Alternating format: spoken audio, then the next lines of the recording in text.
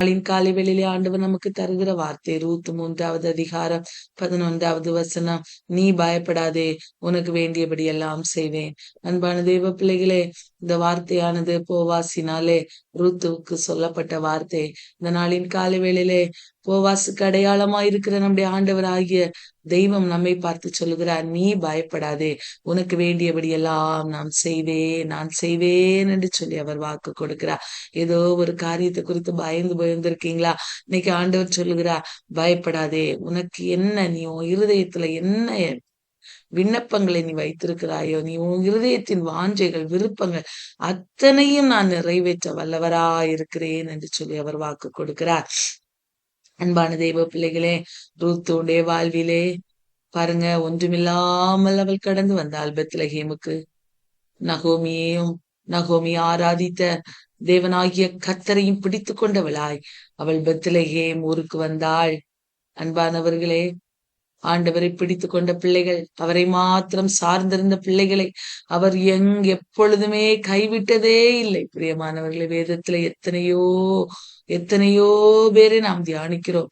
அத்தனை பேரும் ஆண்டவரை பிடித்து கொண்டது நிமித்தமாய் கர்த்தர் அவர்களை ஆசீர்வதித்தார் என்றுதான் நாம் வாசிக்கிறோம்.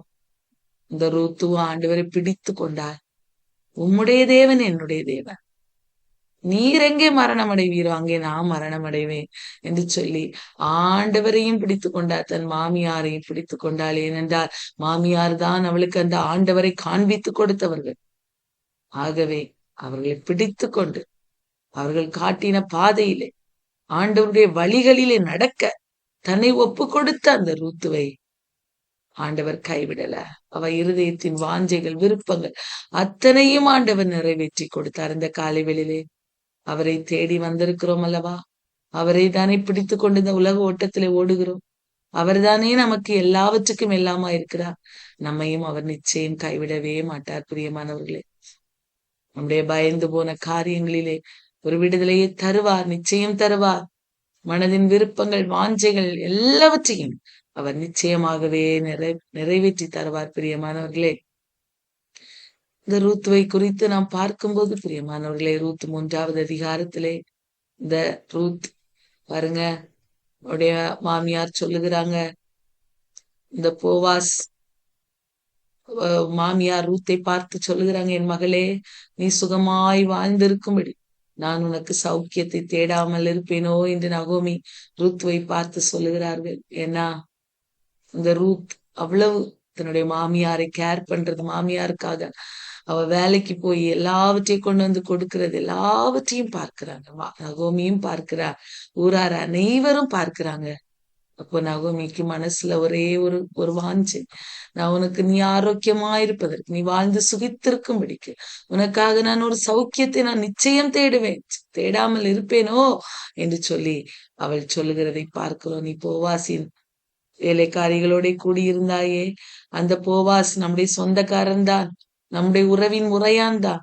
இன்று ராத்திரியிலே நீ அங்கே போ, அவனுடைய களத்திலே போ, உனக்கு என்னெல்லாம் செய்யணுமோ அதெல்லாம் அவர் உனக்கு சொல்லுவார் என்று சொல்லி நகோமியை அனுப்புகிறாள். இந்த ரூத்தும் நகோமியுடைய வார்த்தையின்படியே தன்னுடைய மாமியார் தனக்கு எப்படி சொல்லிக் கொடுக்கிறார்களோ அதையெல்லாம் கர்த்தரை முன்வைத்து அவள் செய்கிறவளாயிருந்தாள். பிரியமானோர்களே, அவள் அங்கே போகிறாள்.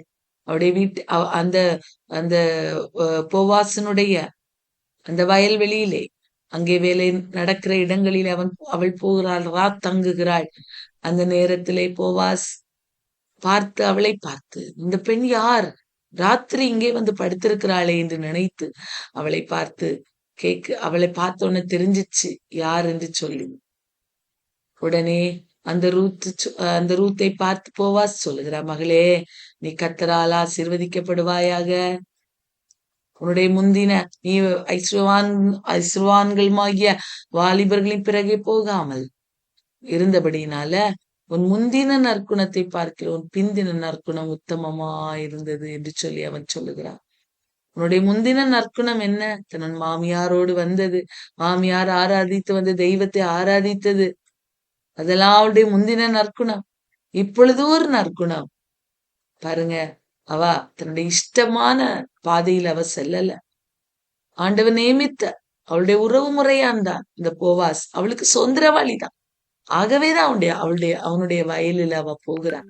அதனாலதான் அவர் சொல்றா, உன் பிந்தின நற்குணம் உத்தமமா இருக்கிறது என்று சொல்லுகிறான். அதுக்கப்புறமா சொல்றாரு, நீ இவ்வளவு நற்குணசாலியா இருக்கிறாய் அல்லவா, உனக்கு நீ நீ பயப்படாது, நீ வேண்டியதெல்லாம் உனக்கு செய்வேன். அன்பானவர்களே, குணசாலியாக நாம் இந்த உலகத்துல வாழும்போது நம்முடைய ஆண்டவர் நமக்காக செய்ய வேண்டிய அத்தனை காரியங்களையும் அவர் செய்வார். உபவாசுக்கு அடையாளமாயிருக்கிற நம்முடைய ஆண்டவராகிய தெய்வம் நமக்காக செய்ய வேண்டிய அத்தனை காரியங்களையும் அவர் செய்வேன் என்று அவர் வாக்கு கொடுக்கிறார். நாம் செய்ய வேண்டியது, நாம் குணசாலி. அவர் சொல்லுகிறார், நீ குணசாலி என்பதை என் ஜனமாகிய ஊரார் எல்லாரும் அறிவார்கள். அன்பானவர்களே, எல்லாரும் அறிந்து கொள்ளத்தக்க விதமாய் ரூத் நடந்து கொண்டாள். இன்றைக்கு நாம் எப்படி இருக்கிறோம்? நம்முடைய குணங்கள் ஆண்டவரை அறிந்து கொள்ள செய்கிறதா இருக்கிறதா?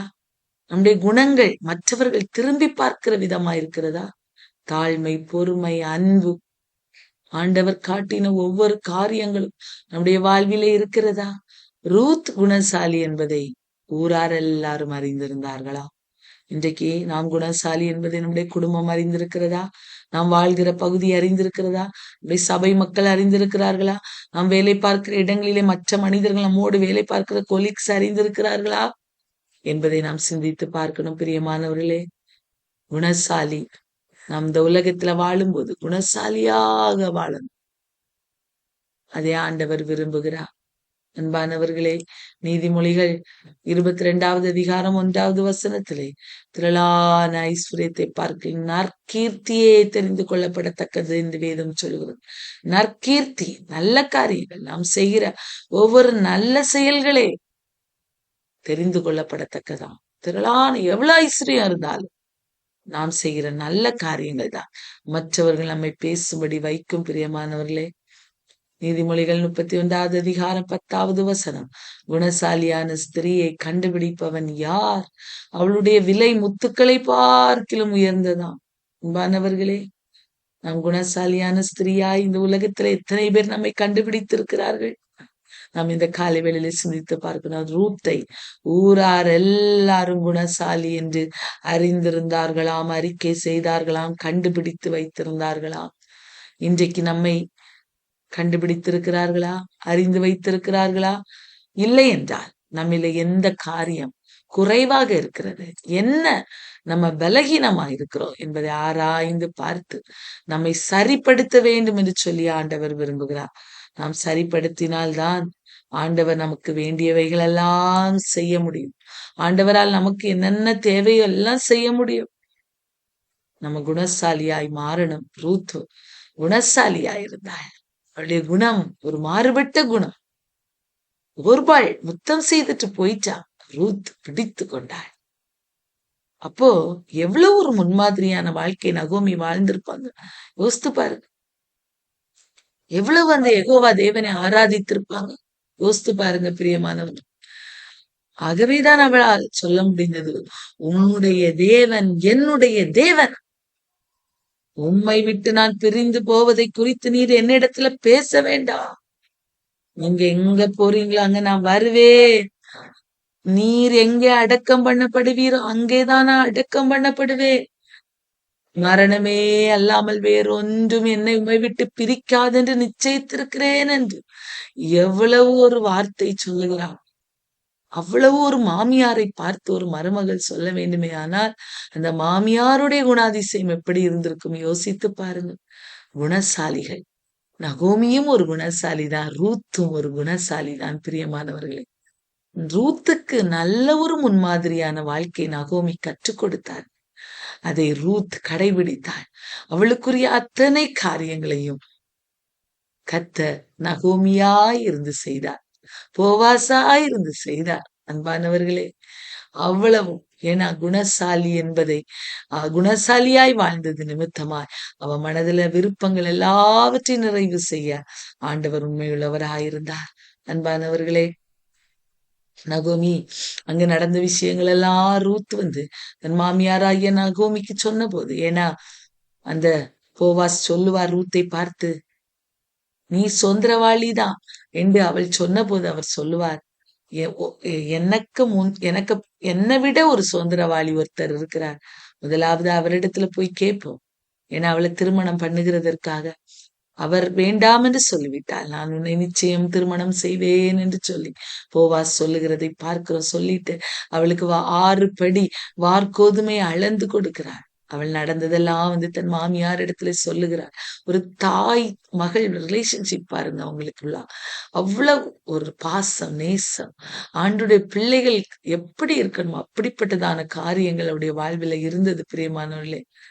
அப்போ அவ சொல்றா, நகோமி, இந்த காரியம் என்னமாய் முடியும் என்று அறிய மட்டும் பொறுத்திரு மகளே, காத்திரு, பொறுத்திரு. ஆண்டவர் உனக்காக சகலத்தையும் செய்வார். நீ பொறுத்திரு. உனக்காக எல்லாவற்றையும் கர்த்தர் செய்துள்ளுவார் என்று வாக்கு கொடுத்தார். இந்த காலை வேளையில பொறுமையோடு அந்த ஆண்டவரை பிடித்து கொள்ளும் போது நம் குணசாலியா இந்த உலகத்துல வாழ்த்து. ஆண்டவர் நமக்காக அநேக காரியங்களை வைத்திருக்கிறார். அவர் நமக்காக வைத்திருக்கிற காரியங்கள் நமக்கு சிந்தனைக்கு அப்பாற்பட்டதா இருக்கலாம். ரூத்துக்கு அவளுக்கு முன்பதாக என்ன இருக்கிறது என்று தெரியாமலே எதிர்காலத்தை குறித்த கேள்விக்குறியோடு அவ வந்தாள்.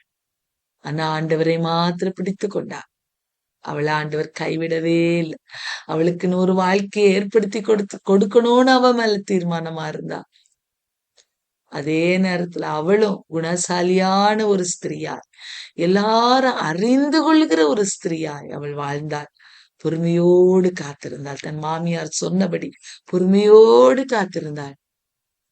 காத்திருந்ததன் விளைவு என்னன்னா, ஒரு நல்ல ஒரு திருமண வாழ்க்கை, ஒரு நல்ல ஒரு கணவனாரை, ஒரு போவாஸ் என்ற கர்த்தருக்கு பயப்படுகிற ஒரு மனிதனை கர்த்தர் அவளுக்கு நியமித்து கொடுத்தார்.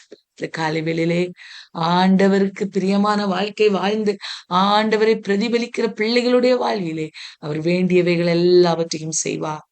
மறந்து போக வேண்டாம். அவரை பிடித்துக் கொள்ளுங்கள், அவரை சார்ந்து கொள்ளுங்கள். நம்முடைய வாழ்வில் இருக்கிற குணாதிசயங்களை மாற்றி நாம் குணசாலியான ஸ்திரீகளா நாம் மாறுவோம். குடும்பங்களிலே, வீடுகளிலே, நம்ம சுற்றி இருக்கிறவங்க மத்தியிலே குணசாலி என்கிற பெயரை எடுப்போம். ஆண்டவர் நிச்சயமாய் நம்முடைய இருதயத்தின் வேண்டுதல்கள் எல்லாவற்றையும் அருள் செய்வா.